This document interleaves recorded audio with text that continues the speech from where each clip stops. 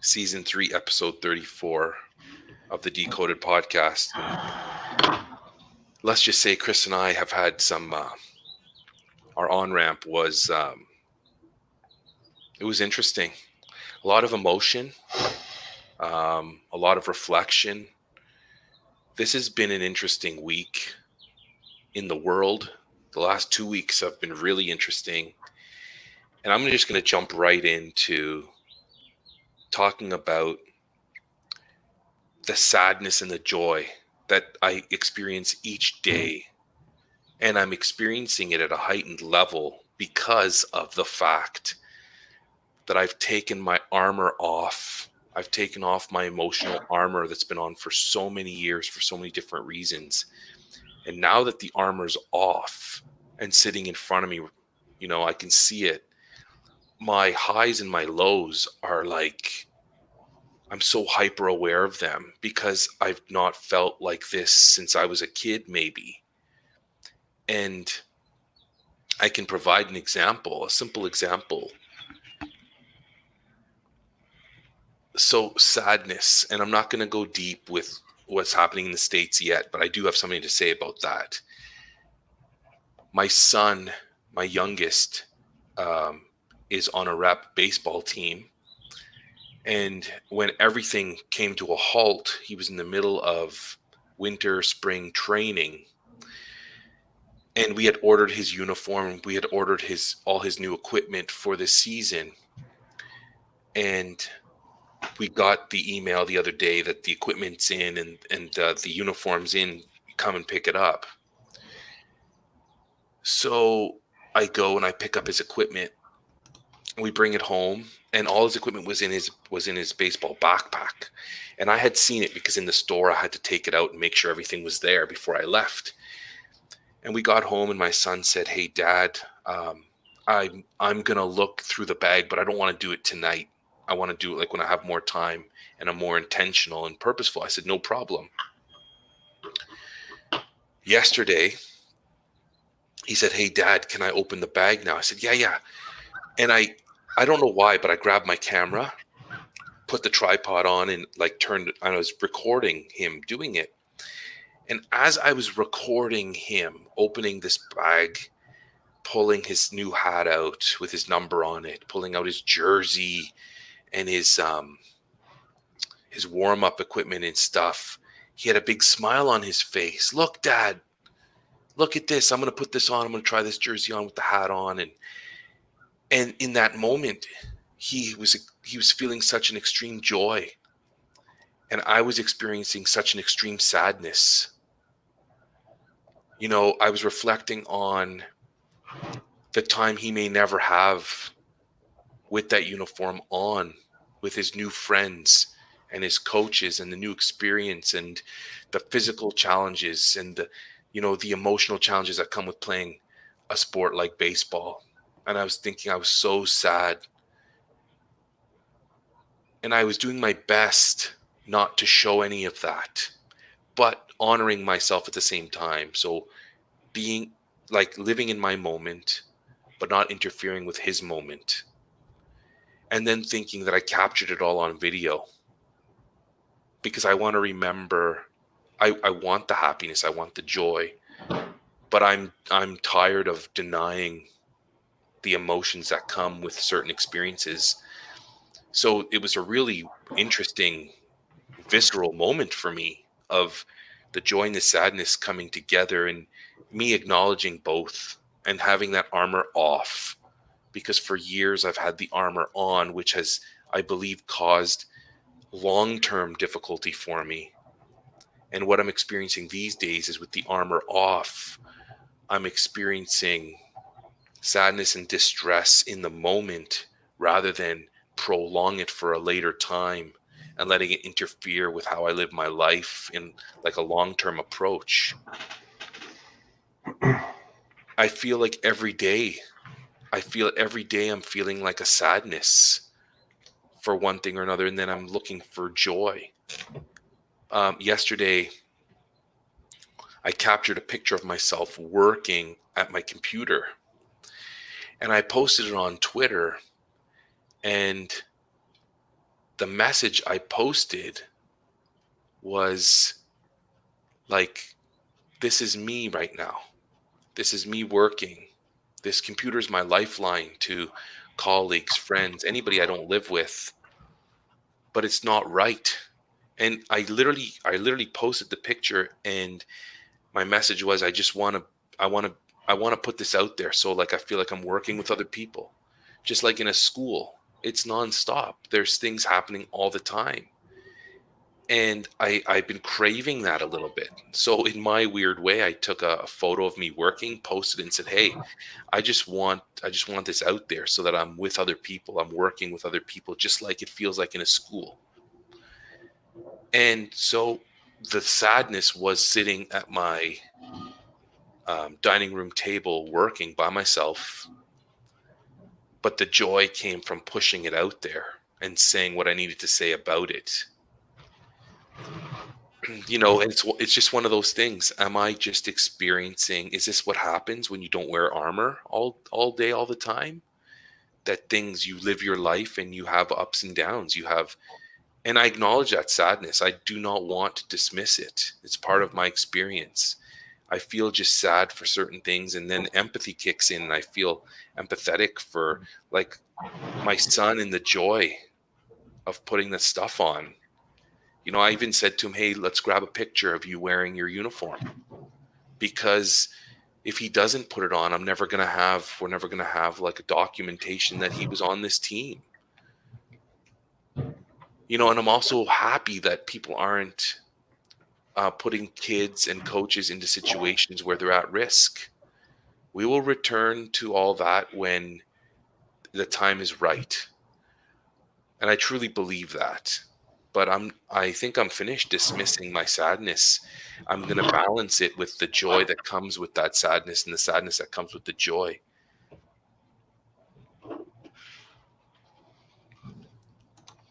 You got me wondering about, I don't know if you, like, I totally agree. Um,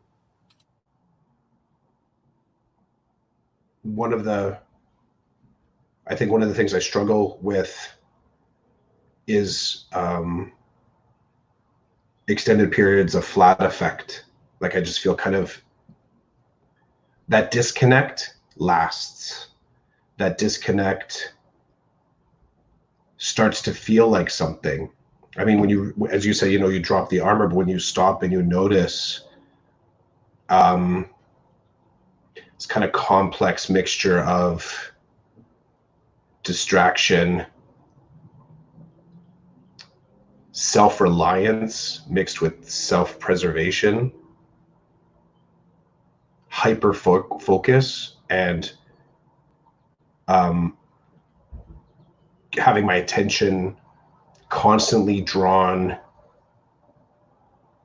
kind of tugged at by stuff that's not necessarily good for me, for my soul. I mean, the whole notification system right now of distance learning, grabbing my attention, and how automatically I respond to that. I noticed the other day that I just haven't, my phone hasn't left my side at all.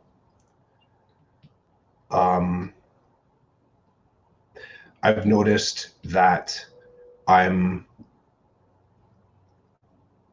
in a strange way, eagerly shifting into this office space to get to work. I think because there's something regimented about it. So that same feeling of ambiguity and loss of gravity, kind of when we came out of schools, I've systematized my life to parallel that. And I think part of the cost, I know part of the cost, is that I've arrived in this space with a little bit of a disconnect with family. Definitely, I can feel some of the disconnect with my colleagues at work. There's stuff that I'm doing. There's a lot of stuff that I've done, let's say for personal improvement or personal creative things, but it doesn't feel like it's existing in a network of other creative things. It's just kind of like anchoring me deeper and deeper into a sense of kind of isolation. It's a very strange headspace.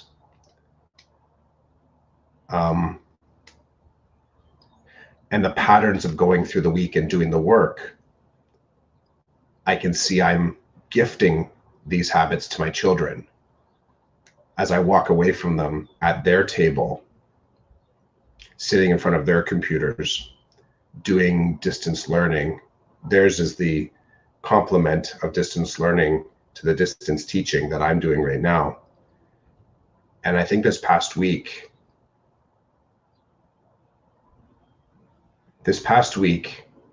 weeks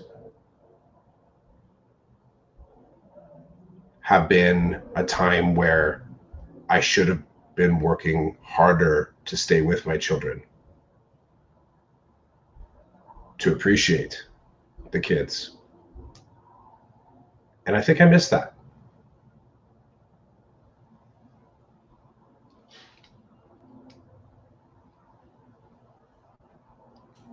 I know I did. So it's the flat effect.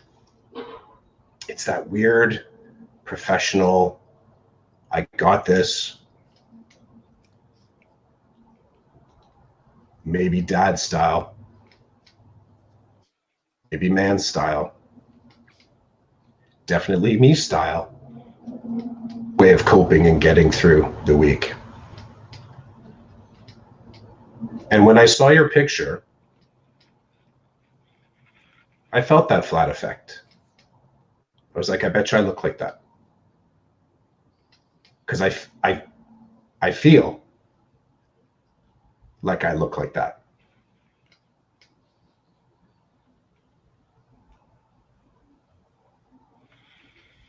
Yeah. As I was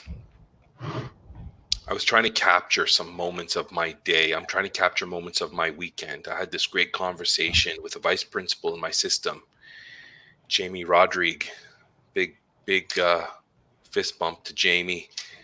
Jamie and I had an interaction late last week about video creation, making videos and how it brings us joy and how we incorporate that joy into our work as educators, and then personally what we do with that stuff. We had a conversation yesterday and we decided we wanted to collaborate on some kind of project. So we're literally starting with just let's capture what our points and bits of our weekend. So I decided to capture parts of what my day looks like yesterday. And I literally just, I set up the camera and hit record and just went back to work. And as I was working, I thought to myself, the loneliness crept in. And it was a weird morning because my wife was at school. She went in to start packing up students' belongings for them to come pick up. And both of my boys were off doing something on their own, and I was literally sitting there by myself. Nobody around me, nobody talking to me, no TVs on, just working. With, like, you can see in the picture, the checklist is beside me. What's wonderful is there's an Amazon box to the other side of me because that's my life. Like, this is how we constantly getting boxes delivered. Yep. And I just felt like when I stopped the video and I looked at it, I'm like, this is my life. Like, this is, you're calling it, the flat effect. And I'm just like, this is it. The computer is there. My phone is there. The pen, the paper. There's something about that moment now that will always sit with me. I think it will define this chunk of distance remote learning that I went through. trying to balance my work life with my family life. Like, that was my dining room table. That's where we sit down. We've had so many amazing meals and family experiences there, and now it's a desk. All our stuff's there. There's computers all over the place. There's like, it's not a dining room table. It's a workspace, and it kills me. But that's what it is, so I'm going to acknowledge it for what it is. Um, I'm going to shift gears a little bit. I want to talk about this interesting. I don't want to call it a trend, but because of what's been happening in the United States, because Black Lives Matter, because race is an issue in Canada and the United States, and systemic racism is an issue, that many people, many podcasters have been talking this week and last week about race. So a lot of people have been stepping away from what they'd normally be talking about to honor what's happening right now and to be real about it. And I appreciate that. And I don't know how deep we would go with that, because we don't roll. Our podcast doesn't roll like other podcasts. You know, we don't come into this every week with an agenda of what we're going to talk about and how we're going to talk about it. We roll in with what we got, what we've been dealing with as dads, as educators, you know, as citizens living in this world. And I've been reflecting a lot. Thankfully, I've been listening to some of these podcasts, and I'm really appreciative of the fact that people are acknowledging racism. And it's even hard for me to talk about it. This is part of my reflection. It's hard for me to acknowledge racism, and I'm not even sure why. I think it's partly because it's been programmed in me. And let me explain for a moment. As I reflect, and I'm not black. So I've not experienced the things, the systemic racism and non-systemic racism that Black people have experienced. I've had my own experiences with racism, but nothing like what I hear from my Black friends and what I read about from Black people. And it's almost like, for me to say these things, like I'm saying these things, and it feels weird. And that kills me too, because it shouldn't. It shouldn't. It's a fact of life. But I'm going to take you back to what makes it weird, I think. So I grew up, this is what I've been reflecting on. I grew up with parents that came to this country to have a better life, to find the Canadian dream.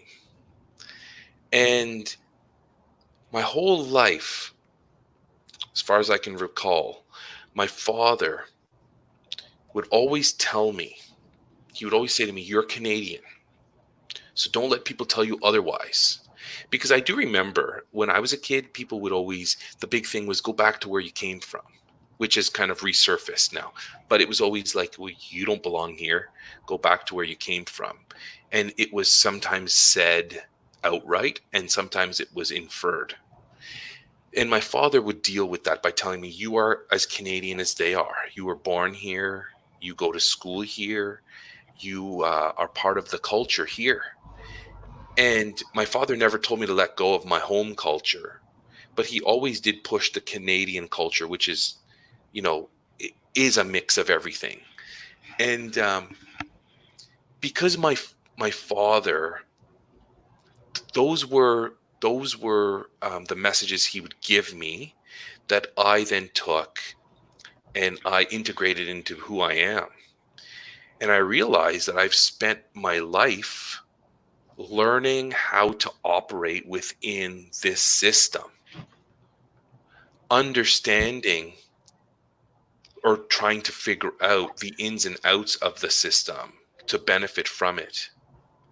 And so, you know, I realize that I've benefited from from many systems that are racist and that are systemically created in a way that gives advantage to some and disadvantage to others. So that was the first thing. I'm not black. So I don't know. I can't say firsthand how it has worked against them. but I understand that it has because I've been reading about it and many people have been talking about it. But I've spent my life, as I'm sure many people have, learning the ins and outs of a system and where maybe the racist triggers are and how to avoid them or how to trigger them and then move past them. And I'm not even Black. So that was the first thing. And then the second thing is just reflecting on how I've benefited. And the third thing, which really breaks my heart, is the way I've been operating for the last 2 years, actually, working at the school I'm at, and looking at the protocols we have set in place around different learning ideas and benchmarks for learning, and then applying those benchmarks in a way that works against the very kids I'm trying to serve. I'm now part of that system. And I have been, and I think I've talked about it on the podcast the last 2 years, I'll have to stop myself, examine the situation I'm in, and then try to move forward in a way to benefit my students who I'm there to help and manage how I'm going to deal with the operations of an institution that are written and created to benefit students, but aren't going to benefit my students at this point because my students don't fit with the regular model of student. Now, fortunately, I've not had to I'm not on my own because, as I've said many times before, I have an admin team that's open and aware of the environment that they're in and of the system that the umbrella that we all operate under. And so they've done lots of heavy lifting on their end to make sure that our student needs have been served, that our students aren't being left behind because of a system that's not built in a way to benefit everybody. Now, having said that, I'm not going to ignore or dismiss the wonderful things that, like, my ESL teacher has done under the umbrella she operates from, and the documents that have been created to assist students who are under that umbrella. So it's not like people are completely ignored. But again, I don't know what it's like to be Black and to have to go through these systems. And there's many of them. It's not just education. There's many systems in play that work against them, that are built in a way to work against them. But I'm part of that. And I've been reflecting on that. And I've been learning about that. And I read a tweet this morning that said, hey, this is great. People's insights and reflections are wonderful. I can't wait for the rubber to meet the road and to start to see institutional and behavioral change. And I tweeted back and said, I'm interested. I don't even know what's that going to look like. And I'm sure there are people who are going to be able to express for people like me what types of things can be done for institutional change to happen. And then I read another tweet that blew my mind. I'm sure there are some people, some institutions that don't have any problem with how they're set up and how they're okay with the racism that is intertwined with the way that they operate. And I've talked about this before. For somebody's always being benefited. When negative things are happening, someone's benefiting from those negative things. Now, which company will stand up and say, my institution is racist and I'm okay with it? That'll be interesting to see. I don't think they'll do that, but I wouldn't be surprised if some did. But I'm sure for a lot of institutions, racism is very beneficial to them. And I think now we're finished. I think now we're done with looking the other way. And I think I told you, I think it was you that I was chatting with this week that I said, George Floyd for one reason or another, watching that happen affected me to the core like never before. And I wonder why it's now I'm feeling the effects of it now. Now I'm going to blame some of that on my learning of Brené Brown's work and taking off my armor. I'm now starting to see this whole new world in front of me now that my armor's down and I'm not letting the 10-year-old Roland take over and put the armor back on. I'm dealing with a lot of things that I've never dealt with before, but I think I'm in a space to do that now. So really, this awareness of not being so guarded and protected anymore has kind of, I'm still raw. And when I watched it happen, I remember thinking someone's gonna die here, and I didn't think it was gonna be him. I thought it was gonna be people watching who weren't gonna let it happen. I thought people were just going to come and try to take over and get the police. They were going to revolt against the police, and the police were going to kill them. That's who I thought was going to die. I didn't think he was going to die. I thought people were going to jump in and revolt, and they were going to die trying to save him. But the society that we live in and the way that things are built and operate, we let the police do their job and they killed him in front of everybody.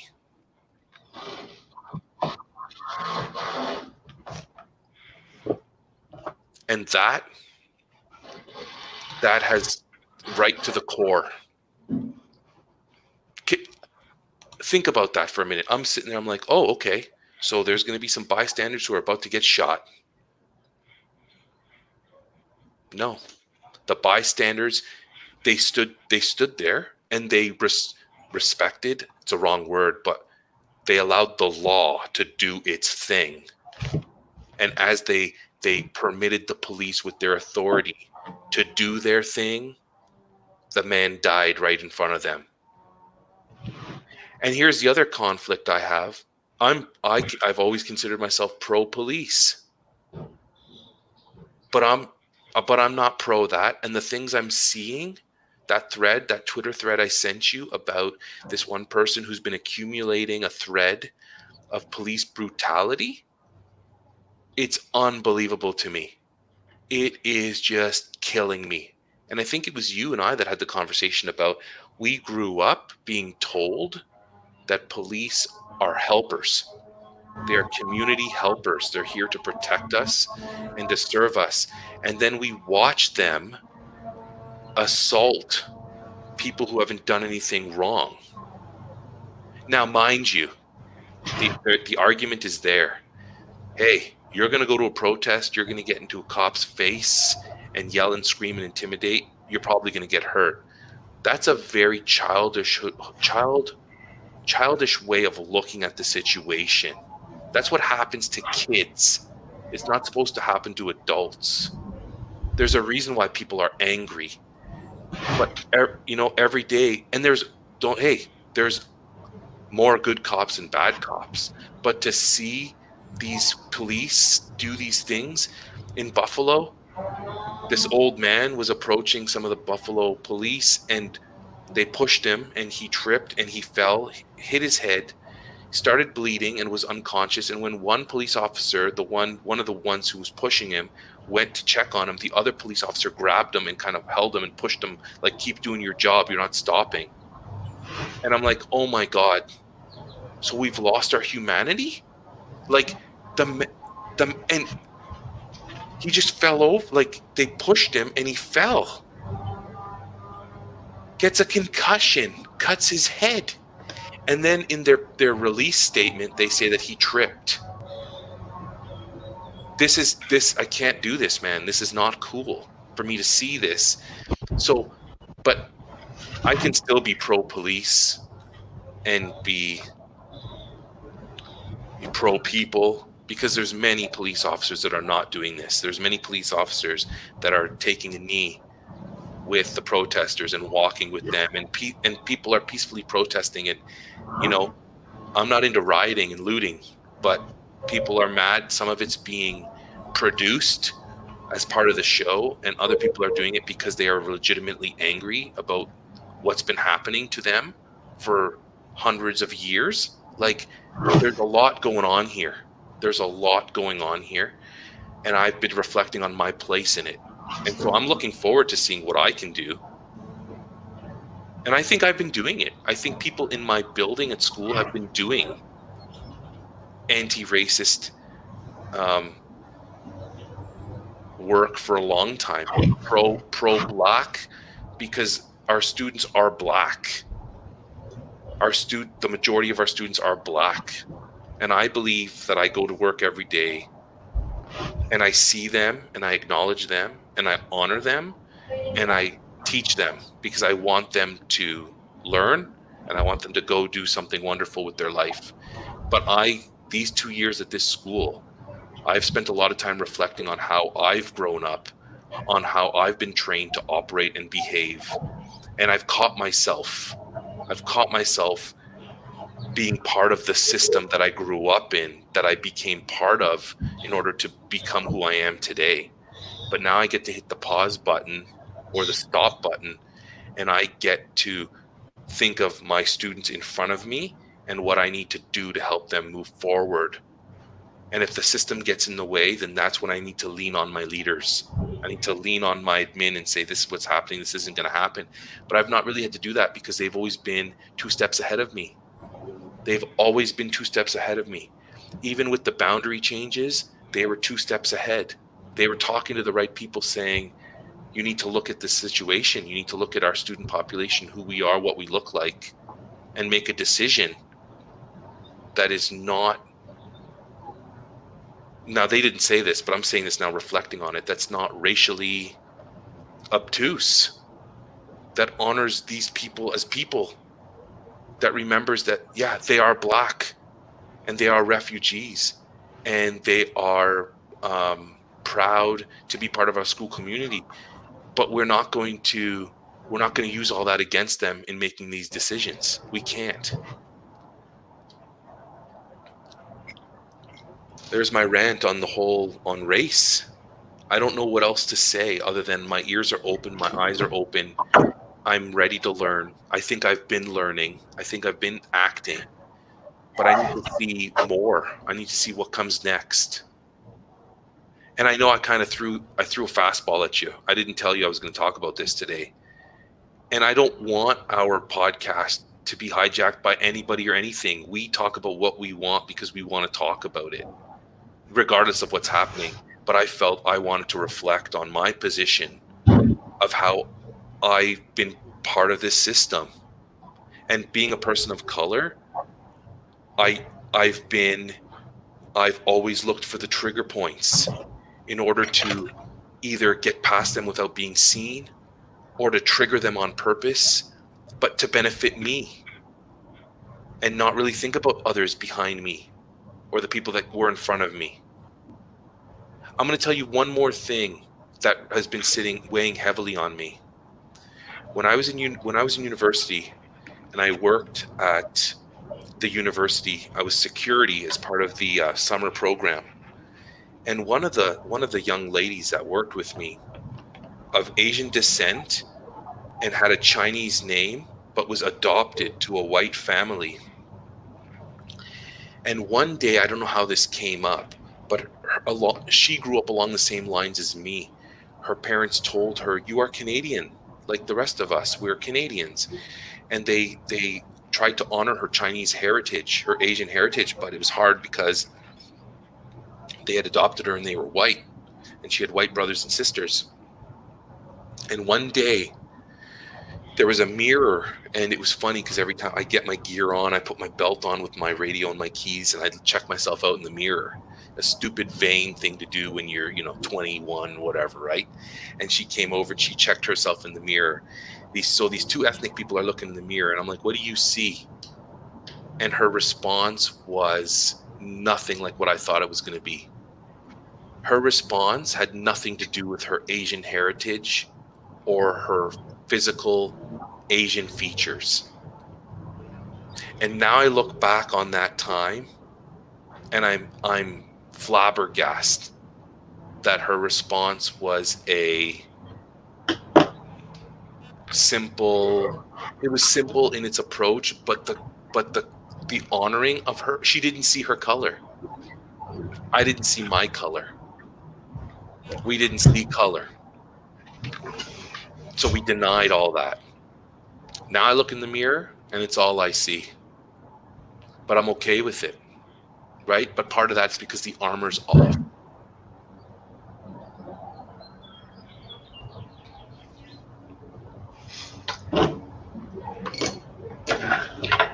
This these conversations that you're lighting up for me, I will say, despite my flat effect about the work and connecting with the people in my house like a family, I will say in that time we have had wholehearted conversations about what's happening on the news. And both of my children have witnessed a large amount of the events with us.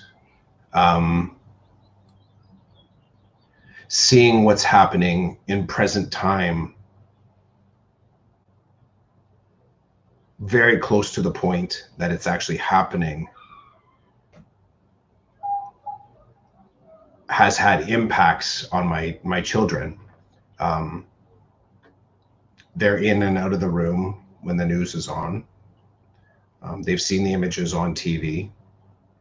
They've asked questions not only that start to tease apart and kind of package what they're seeing, but also shared experiences of their own privilege in school.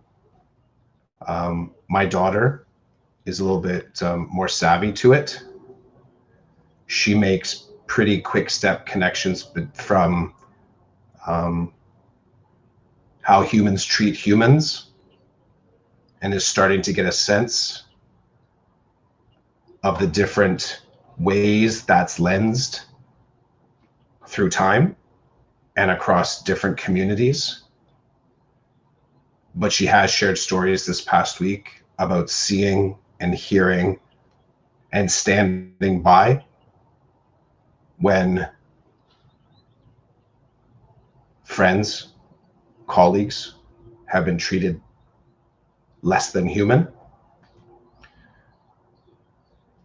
My son is more at the space of he thinks of the world as like nice, so he kind of doesn't dig as far, but he'll address it and call it, saying that people are not being nice, and not in the grand sense like the royal we, but he is calling out specific people. He has said that he has seen white people not be nice.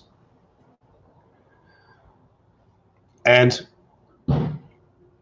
I think it wasn't until, so me doing my work as an educator, as a husband, a father, as a human, I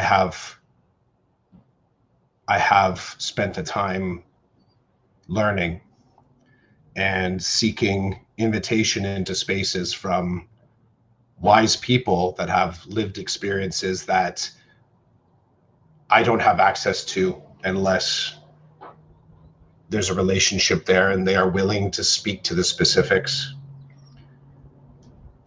I recognize that in asking, I have increased their burden to educate me.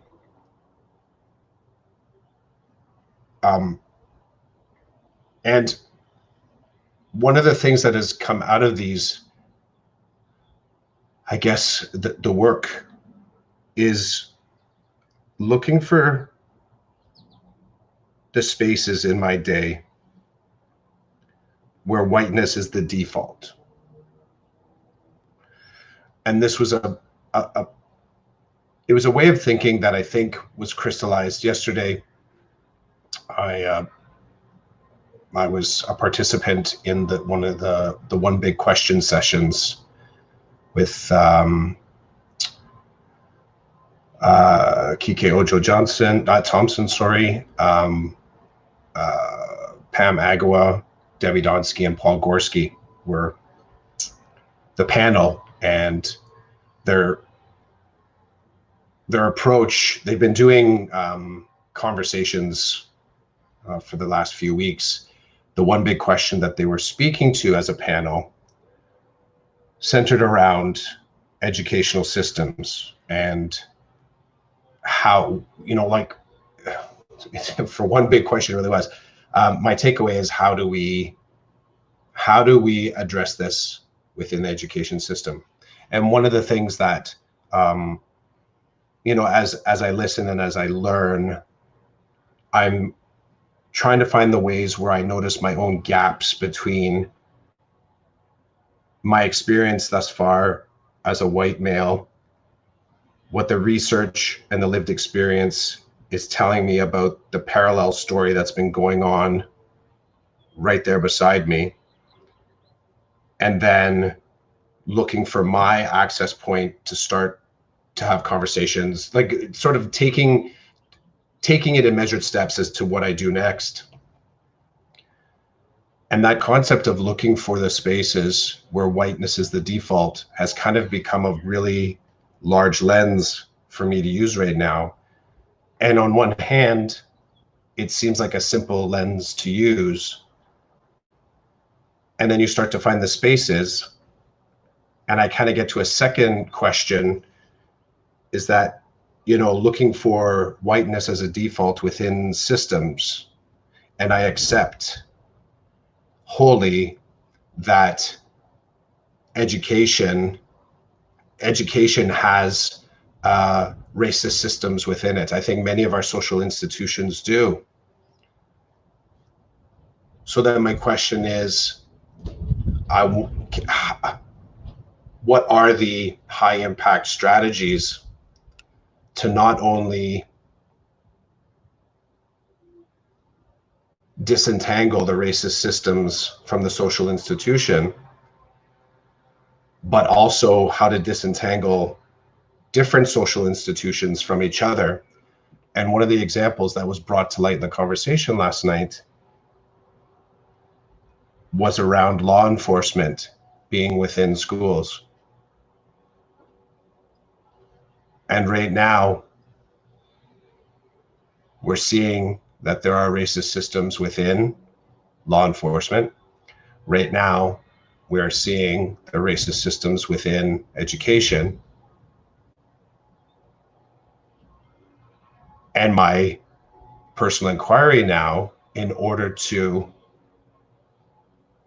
be active to the level that I want to be when I notice that white is the default, is sort of based on me gathering these strategies that can help weed education and then weed the two systems from each other. It's not, I don't even know if I've said it well enough, but that's where my headspace is now. And part of it is coming from the conversations with my children this week and them noticing. A big part of it comes from just my personal interest in making the best possible moves within education to help those in need. But also, as I move forward, what is it that I'm building while sharing risk and vulnerability to leave a better space than I found? So yeah, it's just, there's more than enough space and more than enough place within this current context for white folk to jump in and get to work. There's more than enough, but you're already there. we're already there, right?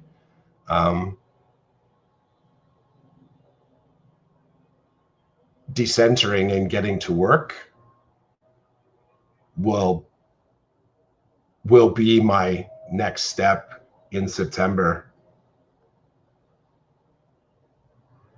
And I can't make a promise as to what the next thing will specifically be, apart between now and then. Still reading, still having conversations, still actively seeking wisdom from those that will share with me. And whatever promise of system change in September that many folk on socials are making, it's not that I believe in the possibility because I want to be a part of it.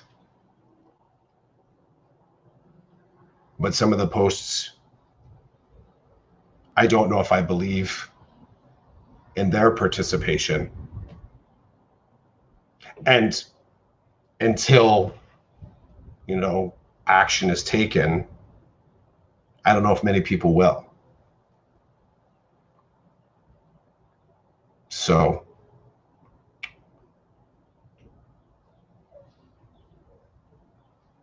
I just keep doing the work.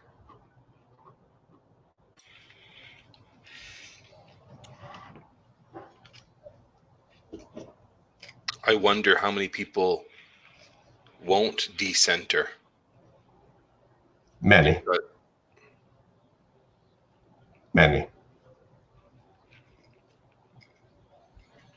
One of the things that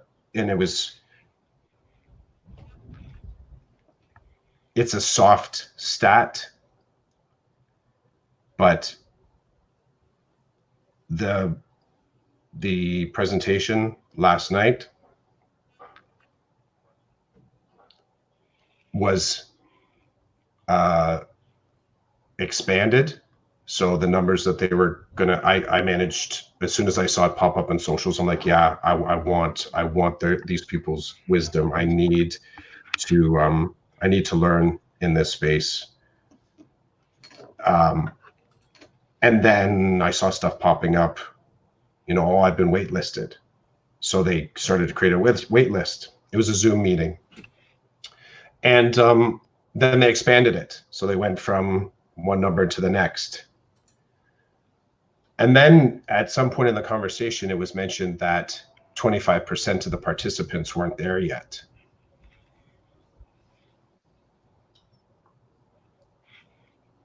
How do you not show up to something free? I'm going to accept that life can get in the way. I can accept that. Life can get in the way. 25% of the participants did not show up. Now, others may have popped in after that, but there was a mention. And the number that was mentioned of the people in the room was 25% short of capacity.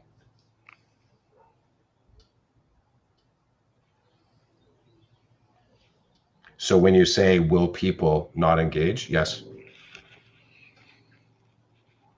Either by life getting in the way, or they're not into the discomfort, or it doesn't fit with the brand. Because some of those people run institutions. Some of those people are part of a leadership structure that doesn't work for Black people, but it works for them because they're in it and they're doing something with it. I wonder how many of those people won't decenter because it's too much work, or it's uncomfortable work, or it's too hard to speak up and to say, we need to review how we operate in this system that we are leading to see how it may affect Black people negatively.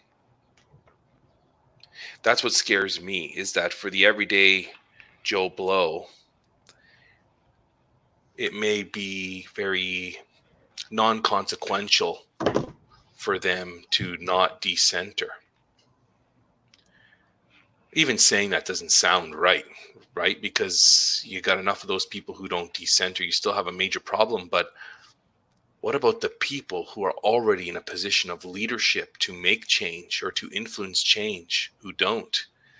Because decentering may mean that they are exposed, and not that doesn't need to be a negative thing, because I do believe that there are a lot of people who are part of systems that are good people. I don't believe that they're not good people. I just believe that it's very hard to stand up to a system even when you're one of the people running the system, because there's people underneath you that are looking for leadership. And if you're going to rock the institution by really examining it and finding things there that are racist, how do you deal with that? I mean, the short answer is a good leader will lead, and a good leader will work towards the right thing and will model for people what the right thing is. But man, that takes guts. I think the short answer is suck it up, to be honest. I don't, because part of what I keep getting in the frequency that I keep tapping into is, don't expect your current learning and the current frameworks of learning to work. So I'm kind of cautious about saying, kind of agreeing with the leaders are going to lead, because the bedrock that's based on could actually be, well, it likely is. It's the bedrock that whatever that leader is going to lead, that's going to create the first misstep. So if the operating system is already corrupt, even the good leaders that are going to lead are likely to lead in the wrong direction if they're using the same tools, hoping to get different results. So if one of the things that was mentioned after the fact, so there was a lot of chatter, a lot of questions, but one of the things that was posted after the fact from that session last night, so people were talking about the different social institutions that, as we disentangle them, kind of calling them out for what they are. Education was there, law enforcement was there, government was there. And then, yes, it was posted after the fact. One of the panelists mentioned, what about faculties of education? It was also, unions were also brought up. So faculties of education, how are they being held to account and to support not only communities of color, but anti-racist pedagogy? What is being done there? So it's almost as if pulling the weeds is the most immediate step that a lot of people are doing. Digging into the roots, man, if I use my own garden as a metaphor, sometimes the dirt around that root ball has got to come up too. And some of them even will leave roots behind and they pop back up. Like I'll have there's this particular type, I don't even know what it is, to be honest. It's a flowering weed. And I would tell you, I have ripped that out of my garden every summer since I moved into this house. And I've ripped up some chunks that are just like this dense network of roots and dirt and rocks. And I shake the damn thing and it doesn't let the dirt go. I actually then have to go and fill it in with some new dirt. And not to be abstract, but I think this is the space that we're actually in when it comes to not only leadership within our systems that we have access to and that have access to us, but also in how we're sort of looking at how well rooted these leadership systems are. And to say you recognize the default whiteness in a system, and to notice racism with the system is pulling the weed. Extracting that from the rest of the garden is like that next level stuff. And that's where some people are finding their discomfort now. Other people are just discomfort at the point that they're noticing. And then others are discomfort that people are even talking about this. And we've seen more than our share of idiots that are showing up for a party at a political protest and just being ridiculous. So I appreciate you talking with me about it.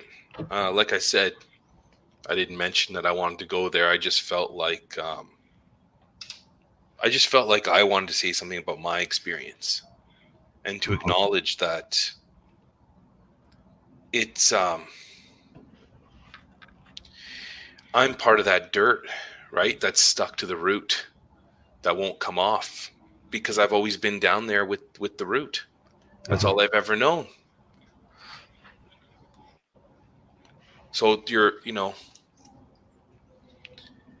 what you said fits, and I can apply it to myself.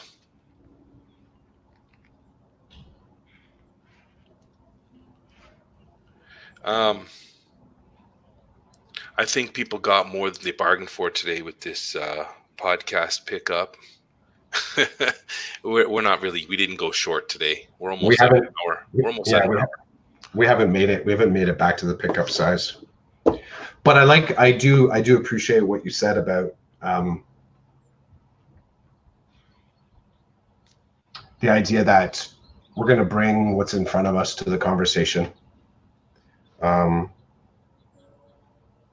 sort of assume that, in advance to schedule a conversation about something right now almost feels really insensitive, and for us to kind of map out a framework of questions for each other is the type of flat effect in our conversations that I don't want to have. I want to be able to go directly at what we're feeling. And, I do appreciate you. I appreciate your point of view. I love how your thinking pushes me. And I do understand that to be in this space is a privilege. For you to share your life experience with me and the wisdom is a privilege as well. So I really dig the fact that we can arrive here and just start talking. We're in a space that allows us to do that, right? Like, this is what we do. And it's not to say planning out the space is not always a negative thing either. No. Like, for example, I know the Sons of Technology podcast, they did something on race this week. And I got to be on the inside to hear about what they wanted to do. And they did a very good job, in my opinion, of wanting to talk about the issue and wanting people at the table who wanted to talk about it and could speak to it. And that was the only, if you want to call it planning and preparation, that was it. Hey, if we're going to do this, let's friggin' do this. Let's honor this. Let's do it right. And let's talk straight up. And that just, it makes me feel so good about some of the people I associate with. right? Because you could easily go to um, a scripted, formulaic version of what you and I do. But I think that, and there's some place for that, but not around stuff like this, not around people's lived experience. You can't script that. So I wanted to throw that out there because I hear what you're saying. And I'm not saying you're being negative about it. I'm just saying I've also seen it where people who have a podcast where different people come on every episode and is their episodes are open to a group of people to come on. It was awesome to see that they wanted it to be an authentic conversation around the topic, around the issues, and to have the people at the table that can speak to it. And I would have loved to be part of that podcast, but I wasn't available. And you know what? I have to say there were people in the group who were yielding the floor and saying, I'm purposely not jumping in on this one. I don't have the lived experience. So why would I come on and talk about it if I don't have the lived experience? Let's reserve that seat at the table for someone who can speak to it, for someone who wants to, for someone who can. Like there was a lot of good stuff going on there. And I'm seeing a lot of that, but I think it's because I roll in circles where there are good people. There are good people, and I'm even at the point where I'm ready for some of my friends to say, "Dude, I think at the core, I've got some racist values, and I've got some racist attitudes," and that doesn't make them bad people. It makes them people who have been part of systems that, for one reason or another, they've learned it, it's worked to their advantage. Maybe they've never seen it as racist before, but now they do. So that awareness, that's huge. If somebody's going to tell me that they operate that way, that's huge. That's an opportunity for me to help them reflect. Well, are you okay with it? Do you want to keep this going? Like it's a opens conversation. And if you're open to talking about it, then I think there's an opportunity for positive change.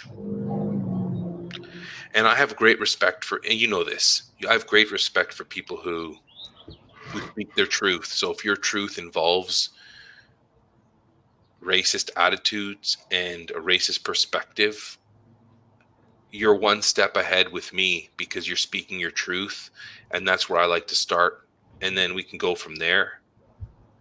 And I've never met anybody that said to me that they would wish that negative things would happen to me rather than them because of the color of my skin or my culture. I generally, I don't know. I mean, and I'm sure I have racist perspective and attitude as well. And it's not outright. It's ingrained at like a deep level.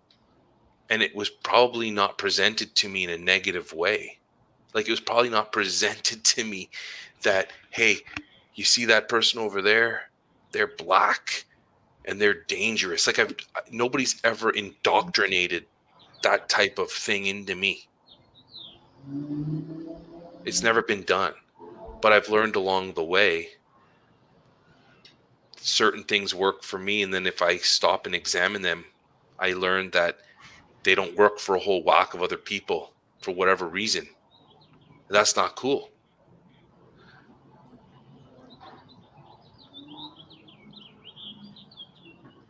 So this openness to learning, this openness to talking, this openness to really evaluating systems and how your part in a system, what system you may belong to, it's rocking people to the core. I reached out to a couple of people this week when I found out that some people of color spoke out against a particular organization that they once belonged to, that they once were leaders in, and they spoke out about racism within that structure of that organization. And I reached out to some people that are still participating in work in that particular organization. And I said, "What's this doing to you?" And I was told that they had made some commitments to that organization, and once their commitments were over, that they were out. But that they weren't just going to get up and leave, that they were going to honor what they said that they would do for the organization, whether it be like contractual paid work or not. They said, I made a commitment, I'm going to fulfill my commitment, and then I'm out of here. And I said, good for you. I'm not there to judge, but I just wanted to say to them, hey, did you see this? These people that we've respected for years and admired and have led and modeled for us, this is now what they're saying about this organization. How do you feel about that? And the people I spoke to, they said, well, I'm out of here. I have no time for this. I do not want to be part of this. Okay. So Chris, as usual, I appreciate your time, your words, your thinking, your reflection on this episode where, we didn't talk about the funnest things in the world, but I think we did address some of the things that have been rolling through our minds, and how they're going to help us be better people so we can help people become better as well. I truly believe that. And these past couple of weeks, I've been thinking about my school and the people that work in my school. And when I think about the conversations I have with the staff members in the building that I work with, not one of them has demonstrated to me in an outright aware manner that they are racist and they are going to work against the black kids in their class. I've never felt that kind of discomfort or that kind of conflict. And it's one thing to say what you're going to do and how you're going to do it. It's another thing to see how you act. And I'm not there to judge, but I'm thinking about my coworkers and my observations of them working with their students and listening to them talk about their students and then seeing them act with their students. I see a whack of amazing people who care about kids and who make a school run, a predominantly black school runs with, and they've loved those kids. And I don't know, like, this is part of my reflection. How have we not been serving them is what I keep asking myself. And I'm not looking for trouble and I'm not looking for deficiencies. I'm just looking to see how is the system with respect to what we do in the building we do it in, how is it working against those kids? And every time I come up to something that I think I'm going to find an answer, the answer is that we've bent the system, or we've put aside something in order to move in a direction to serve those black kids. I keep coming back to that. And I'm sure there are things we're doing that is not serving them well, but I'm not aware. I'm not there. But I look at the easy things to pick off and I'm like, no. I see my principal dodge this barrier and go under this one and jump over this one in order to make sure that the system doesn't interfere with what the kids in front of him need. And that makes me proud, man. I'm proud to work with people like that. I think moving forward for me, what I want to do is to be able to share with you, because we have the weekly meetups, but be able to share with others as well the mistakes that I've made in pursuit of anti-racist action. I think that is the space I need to aim for. It's one of those, if you're asked at an interview about your philosophy of education, you can spout off a response based on your reading and research. What I've found, both from advice and from feedback, that the better response is are the ones that tie it to your practice. And what is the moment where you implemented and worked through your philosophy of education, pedagogy in real time? And once you've worked through that, what did it look like on the other side? And then you loop it back in, and you just do this grind to get to the better 2.0, 3.0 version of your answer for that. But always making sure that your instinct and your action and your research and your learning are moving in step with each other. And I want to have conversations moving forward, but also I want to be able to actively participate in these conversations moving forward, where I'm grounded in I'm grounded not only by the experiences that other people are sharing with me, but also I've done the active work to use the books that I've read, the wisdom that people have shared with me, the on-ramps and conversations that set my language in the right direction, so I actually do know what to say, and I get over the hurdle of actually saying it. There is the possibility of making mistakes about saying the wrong thing, maybe making a mistake. There still is the practice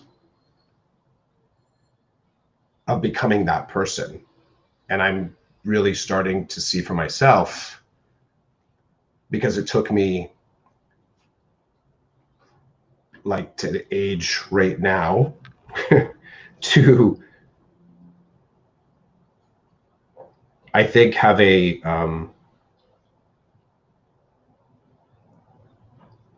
clear view of what default white means, and not from a textbook, but from other people's lived experiences. So I will activate the good sense that's been shared with me and the research, and engage in more conversations where I can say, here's what I've done, here's what I've tried, here's the mistake I made. Maybe it was really bad, maybe it still turned out good. And I think that's probably my best next step, I think. I'm looking forward to your growth, whatever that is. I know I've been part of your growth for many years now. And I just had, as I say that, I had this image of the first time I met you, and we were both in a space and a place. We were there to grow, right? And so I look forward to like both of us growing and learning along this path. Man, the world is just, it's literally like the world has been flipped upside down. Just like that, eh? But we'll get through it. Yeah. And only a few people have handholds. So, right? Like, yeah. It's funny, any of those metaphors, you still kind of see the white privilege in it. We can kind of feel it, but you still feel the white default in it. Because we know full well the flipping of the world upside down, there's still some people that are strapped in and they're all good. So it's for them, it's like a ride at an amusement park. Oh, damn, yeah. And for everybody else, it's their worst nightmare. They've been on that ride for 400 years. They're good. They know the twists and turns, right? Sitting there eating their popcorn. So, all right, dude. Family time. Did you draw something today? Oh, I did, yeah.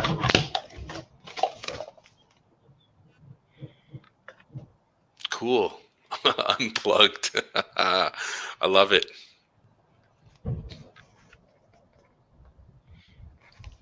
Fist bump? Is that what that is in the middle that you're pointing at? If you want it to be. If you want it to be. That's cool. Thanks, man. It was a good episode. Absolutely. Season 3, episode 34. That's Decoded. Decoded. Sorry. Today's Today's you pulled in, you got your food, you got home, you found out you're missing half of it, so you drove back to the restaurant to get it, Yeah. and now you're at home and you're ready to eat. So thanks for chilling with us. And we may even move the restaurant at that point. We drove back and realized it was a pop-up. It was a pop-up. We went down the yeah, it's gone. We went down the street a little bit. You're checking for socials. Where did they go? So cool, man. Peace, man.